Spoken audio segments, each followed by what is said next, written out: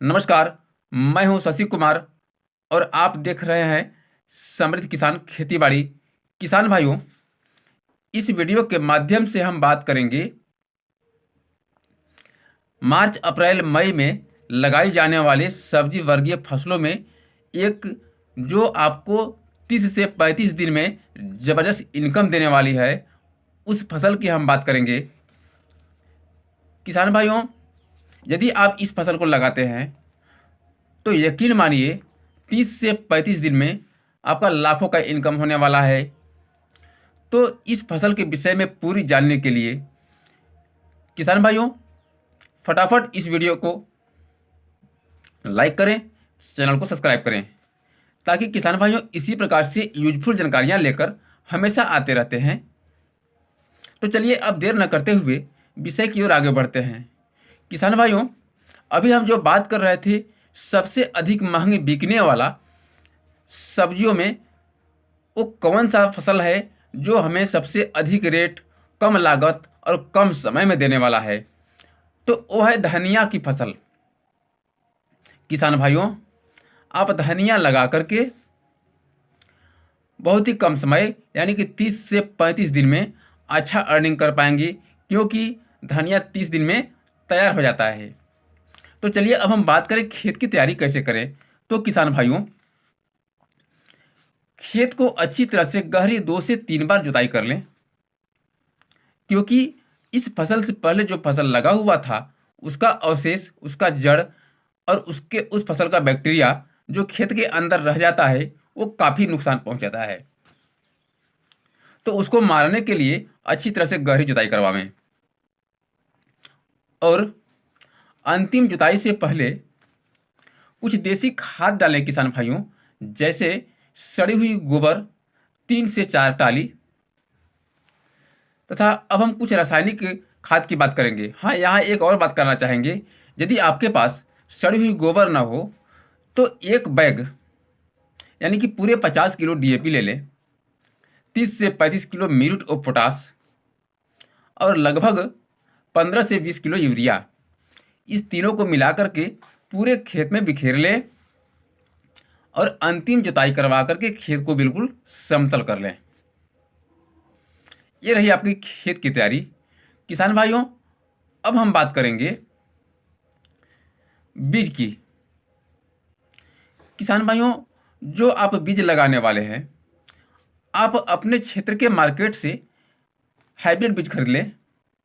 जैसे हम कुछ हाइब्रिड बीज की बात करेंगे कि वो हाइब्रिड बीज कौन कौन से हैं जो मुझे लगाना है। तो किसान भाइयों, जेके का आनंद जो बहुत ही शानदार वैरायटियां हैं, इसका पता बिल्कुल गहरा हरा होता है तथा इसका पौधों में विकास बहुत ही शानदार होता है। इस वैरायटी का आप सिलेक्शन कर सकते हैं।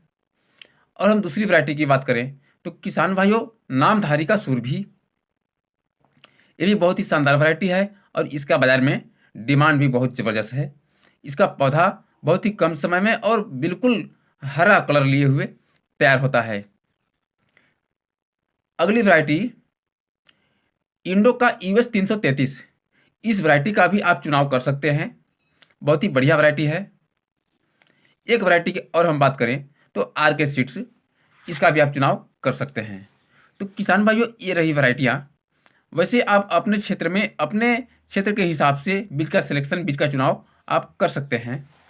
अब बात करें हम बीज दर, यानी कि प्रति एकड़ बीज कितना लगेगा।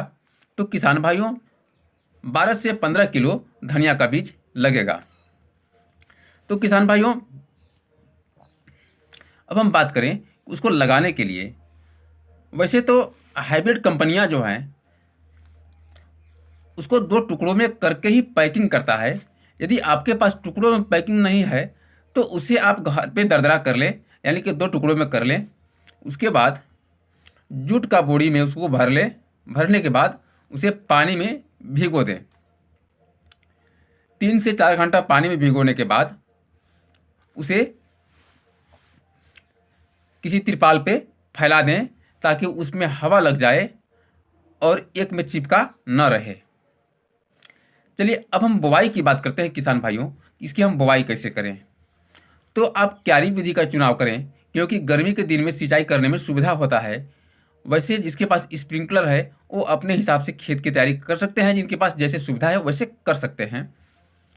तो छोटे छोटे क्यारी बना करके यदि लगाएंगे तो उसमें जार्मिनेशन ज़्यादा होता है, क्योंकि सिंचाई उचित मात्रा में उसे मिल पाता है।